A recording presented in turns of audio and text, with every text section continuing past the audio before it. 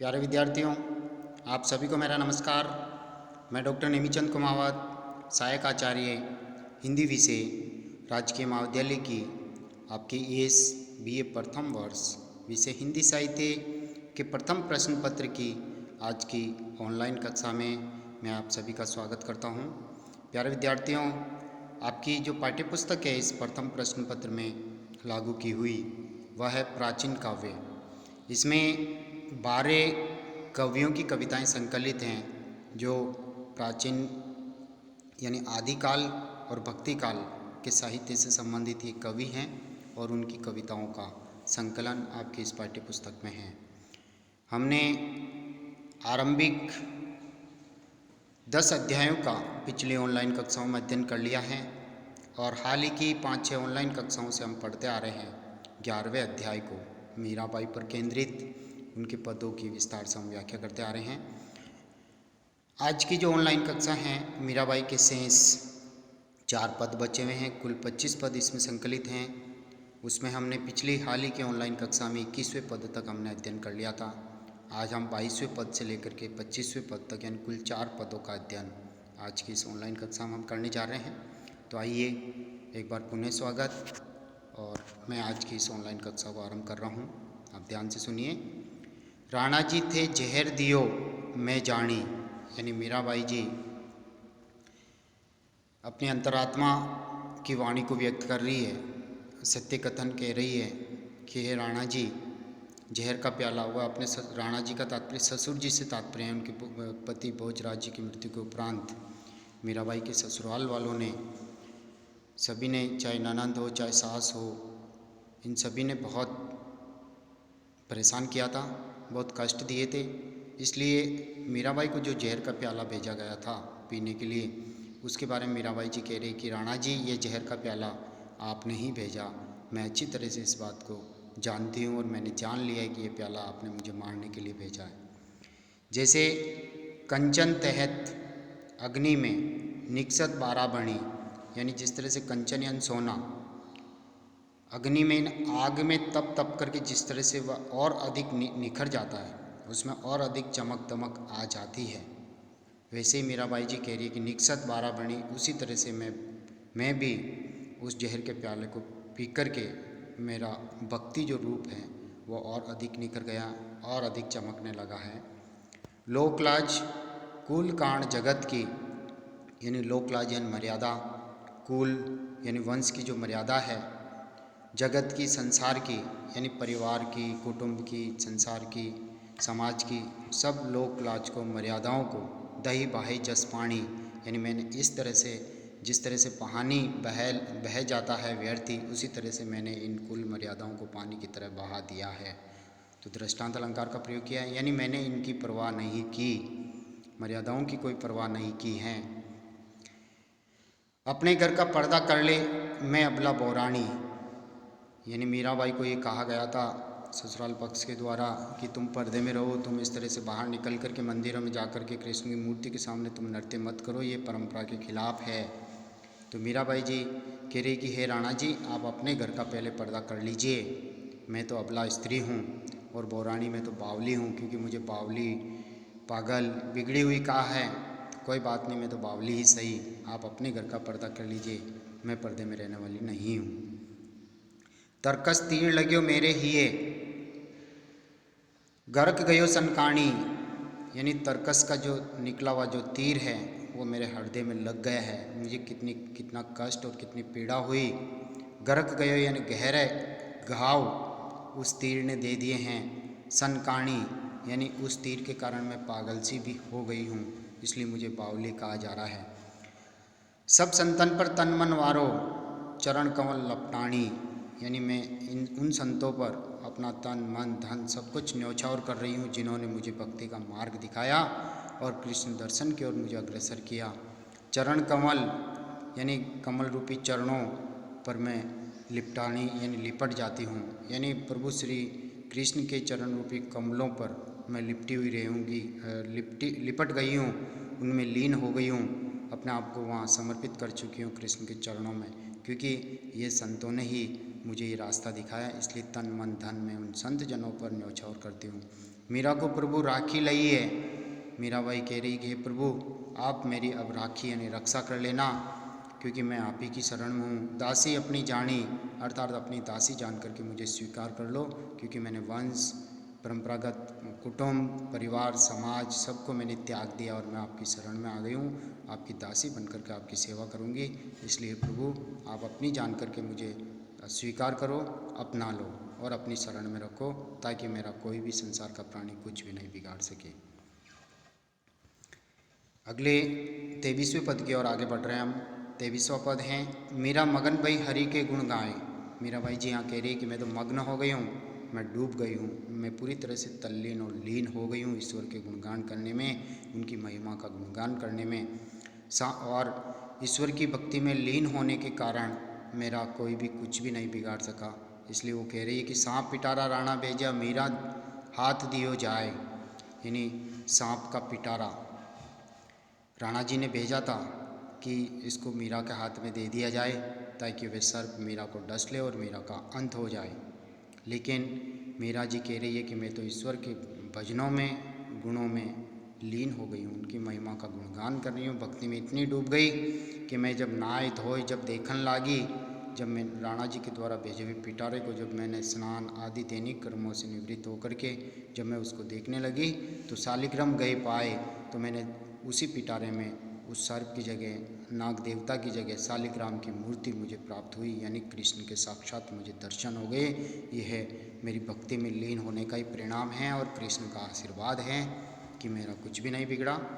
जहर का प्याला राणा भेजा अमृत दीन बनाए, और जहर का प्याला भी राणा के द्वारा भेजा गया, उनके ससुर जी के द्वारा, और उसको भी कृष्ण की इस भक्ति ने भक्ति में लीन होने के परिणाम स्वरूप और वह अमृत में परिवर्तित हो गया, जहर भी अमृत बन गया।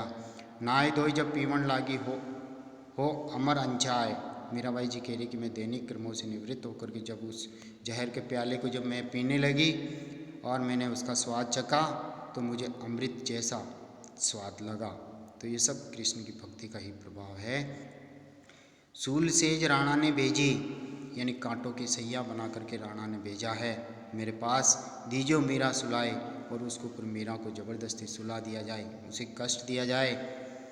सांझ भई मीरा सोवन लागी। मीराबाई जी कह रही कि संध्या होने के उपरांत जब मैं मेरी सैया पर जा कर के जब सोने लगी, मानो फूल बिछाए, और मुझे तो ऐसे लगा है कि मानो उस कांटों की जगह पुष्प बिछाए गए हों, और ये कृष्ण भक्ति का एक प्रभाव है।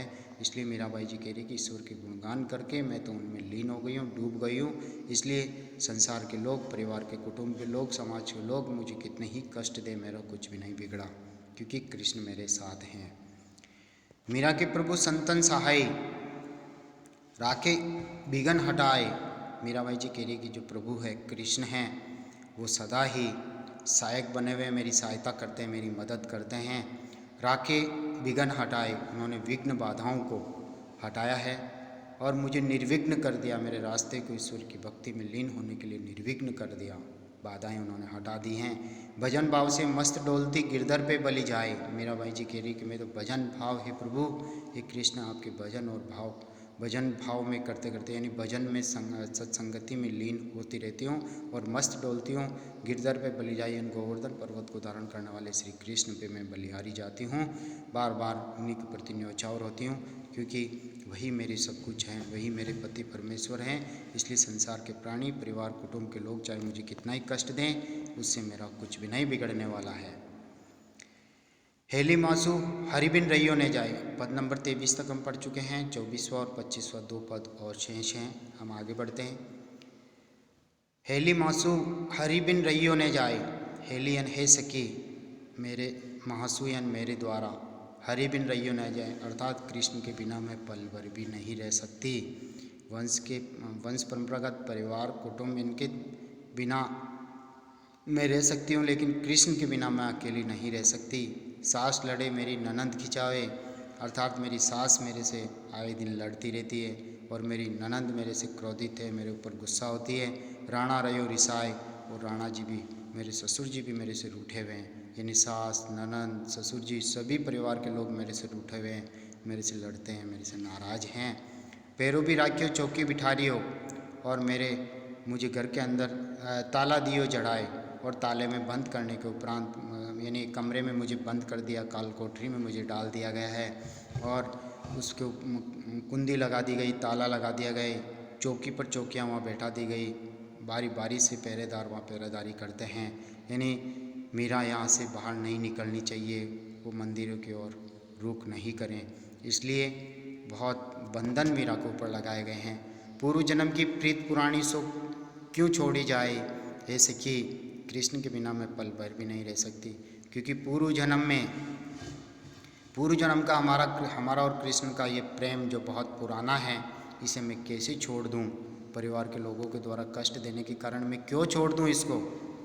क्योंकि पूर्व जन्म में मैं भी एक ललिता नामक गोपी थी और जब परिवार के लोगों के द्वारा जब मुझे रासलीला में सम्मिलित होने के लिए रोका गया, मुझे ताले में बंद कर दिया गया, मैं शरीर त्याग करके रासलीला में सम्मिलित हुई थी। रासलीला समाप्त होने के बाद में सारी गोपिकाएं अपने अपने घर चली गई थी और मैं एक अकेली मात्र वहाँ पर आत्मा रूप में थी और कृष्ण अंतर्यामी थे, वो सब कुछ जानते थे। उन्होंने मुझे भी कहा कि तुम भी घर जाओ, इसलिए मैंने तो कहा मैंने तो सब कुछ त्याग कर दिया आपके पीछे, बस मैं आपके समर्पित हो गई हूँ। तो कृष्ण उनका उद्धार करना चाह रहे थे, स्वर्गलोक भेजना चाह रहे थे, लेकिन ललिता नामक गोपी ने कहा कि हे कृष्ण, आप मुझे अगले जन्म में पति रूप में प्राप्त हो और मैं आपकी पत्नी बनूं, तो फिर मैं इस संसार सागर को छोड़ के जाने के लिए तैयार हूँ, आप मुझे वचन दीजिए। तो कृष्ण ने वचन दिया कि अगले जन्म में तुम मुझे पति परमेश्वर के रूप में पाओगी। इसलिए मीराबाई जी ने ये पंक्ति लिखी कि पूर्व जन्म यानी पहले जन्म के पिछले जन्म की प्रीत पुरानी, यानी हमारा प्रेम बहुत पुराना है, सो क्यों छोड़ी जाए, इसलिए है सकी उस पुराने प्रेम को, परंपरागत प्रेम को मैं क्यों छोड़ूं? मीरा के प्रभु गिरधर नागर और न आवे मारी दाए। मीराबाई जी यह कह रही है कि गोवर्धन पर्वत को धारण करने वाले चतुर नटवर नागर श्री कृष्ण मेरे परमपिता परमेश्वर पतिदेव के बिना मुझे इस संसार की और कोई भी चीज़ अच्छी नहीं लगती है। दाई यानी पसंद आना, और कोई भी चीज़ मुझे पसंद नहीं आती है। अंतिम पद की ओर हम आगे बढ़ते हैं और अंतिम पद हैं जोग्या जी निस्दिन जो बाट। यहाँ पर ये भी हैं, हे योगी कृष्ण, रात और दिन मैं आपका इंतज़ार करती रहती हूँ और आज तक आपके मुझे दर्शन नहीं हुए हैं। पाँव ने चाले, अर्थात अब मेरे पाँवों में भी चलने की शक्ति नहीं रही है प्रभु। पंथ दुहेलो यानी रास्ता भी बहुत कष्टकर हैं। आड़ा ओगट घाट, और आपके और मेरे बीच में, आड़ा यानी बीच में, ओगट यानी विकट दुर्गम पहाड़ पर्वत चोटियाँ घाटियाँ मौजूद हैं, तो मैं कैसे आप तक पहुंच पाऊँ? मेरे कदमों में चलने की शक्ति तक नहीं है और रास्ते दुर्गम हैं, बड़े कठिन हैं। नगर आई जोगी रम गया रे। मीराबाई जी यहाँ पर शायद ये संकेत है यहाँ पर कि कृष्ण गोकुल प्रदेश को छोड़ करके मथुरा में जाकर के जिस तरह से वो रम जाते हैं, इसलिए मीराबाई जी कह रही कि एक कृष्ण आप तो शहर में चले गए हो, शहर में जाकर के पूरी तरह से रम गए हो और पीछे आपने हमारी कोई खोज खबर नहीं ली। मोमन प्रीत ने पाई, और मेरे मन ने तुम्हारे शहर में जाकर के बसने के कारण मेरे मन ने आपका यानी प्रेम प्राप्त नहीं किया है। मैं कैसे प्रेम प्राप्त करूं, क्योंकि आप तो शहर में जाकर के बस गए हैं। मैं भोली भोलापन कीनो, मीराबाई जी कह रही कि मैं तो भोली भाली हूँ और भोलेपन के कारण मैंने भोला व्यवहार किया आपके साथ। राखियो नहीं बिलमाई, बिलमाई यानी लुभा करके, आकृष्ट करके। हे प्रभु, आपको मैंने प्रयास करके आपको अपने पास लुभा करके नहीं रखा, आकृष्ट करके नहीं रखा, इसलिए आप मुझे भी छोड़ करके शहर में जा करके बस गए हैं। तो हे प्रभु, अब आपके बिना मैं आपका प्रेम कैसे पाऊँ? जोग्या को जोवत बहुत दिन बीतिया। मीराबाई जी कह रही कि हे योगी कृष्ण, आपके रास्ते का इंतजार करते करते बहुत दिन बीतिया यानी बीत गए हैं। आपका इंतजार करते करते बहुत दिन बीत गए हैं। अजू आयो नहीं, आज तक आप दर्शन देने के लिए आए नहीं हैं। बीरे बुझावन अंतरी आओ। हे प्रभु, मीराबाई यहाँ पर प्रार्थना कर रही कि प्रभु, मेरे अंतर में यानी मेरे हृदय में आप आओ और वियोग वेदना को बुझाओ। विरेक वेदना को बुझाने के लिए आप मेरे हृदय में प्रवेश करो। तपन लगी तनवाई, आपसे मिलन की आग मेरे हृदय में लगी हुई है, उस आग को आप दर्शन दे करके बुझाओ, मेरे हृदय में आप प्रवेश करो। मीराबाई को फिर अंदेशा होता है कि तो जोगी जग में नहीं, क्योंकि कृष्ण यदि संसार में होते तो तुरंत मेरी वियोग वेदना को बुझाने के लिए मेरे हृदय में प्रवेश करते और तन में लगी हुई आग को वो दर्शन दे करके शांत कर देते। इसलिए मीराबाई को संदेशा हो रहा है, संदेह अलंकार है यहाँ पर। के तो जोगी जग में नहीं जगयन संसार, यानी योगी कृष्ण या तो इस संसार में ही नहीं है, केर बिसारी मोई, और या तो फिर उन्होंने अपनी अन्य गोपिकाओं की तरह मुझे भी उन्होंने भुला दिया है। काई करूं कित जाऊं री सजनी, हे सजनी हे सखी मैं अब क्या करूं, या तो कृष्ण जग में नहीं है या उन्होंने मुझे भुला दिया है। और मेरी इतनी अनुनय विनय प्रार्थना के उपरांत पर भी वो आए नहीं। इंतज़ार करते करते बहुत दिन बीत गए हैं। वो योगी कृष्ण शहर में जाकर के बस गए हैं, मैंने उनका प्रेम प्राप्त नहीं किया है। तो हे सखी मैं अब क्या करूं, किंग कर्तव्य विमूढ़ हूँ, कित जाऊं री सजनी, कहाँ जाऊं कृष्ण को ढूंढने के लिए। रेण गुमाया रोई, और उनकी वियोग वेदना में रो रो करके मेरी आंखों की रोशनी भी चली गई है, नेत्रों की ज्योति समाप्त हो गई है। आरती तेरी अंतरी मेरे, आरती यानी पीड़ा, वियोग वेदना की पीड़ा। हे कृष्ण आपसे मिलने की पीड़ा जो है हर अंतरी मेरे यानी मेरे हृदय में बसी हुई है। आओ अपनी जान, मीराबाई जी प्रार्थना करेगी, हे कृष्ण अपनी दासी जान करके इस मीरा के पास लौट आओ, इसे दर्शन दो, इसे अपना लो, इसे दासी स्वीकार करो। मेरा व्याकुल विरेणी रे, मीराबाई जी कह रही है कि व्याकुल वियोगिनी स्त्री जो आपके वियोग में तड़प रही है। हे कृष्ण आप पति परमेश्वर हैं और मैं आपकी प्रेयसी हूँ, पत्नी हूँ, आप जल्दी से लौट करके आ जाएं अपनी जान करके और मुझे अपना लें और वियोग वेदना को शांत करें। तुम बिन तलफत प्राण, तलपतियन तड़पते हैं। हे प्रभु हे कृष्ण आपके बिना मेरे प्राण सदैव ही कष्ट पा रहे हैं, वियोग वेदना झेल रहे हैं।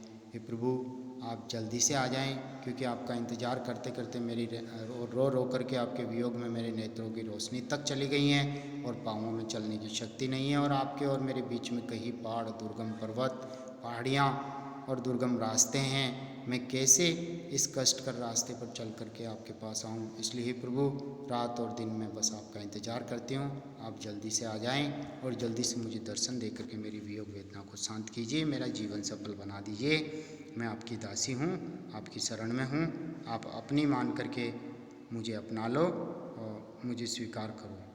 तो ये आज इस 25वें पद से हमने मीराबाई जी के जो 25 पद आपके पाठ्य पुस्तक में संकलित हैं, आज हमने इस अध्याय को पूर्ण कर लिया है।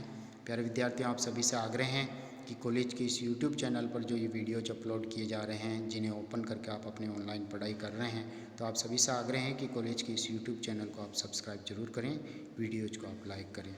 आप सभी को बहुत बहुत धन्यवाद। जय हिंद, जय भारत, थैंक यू।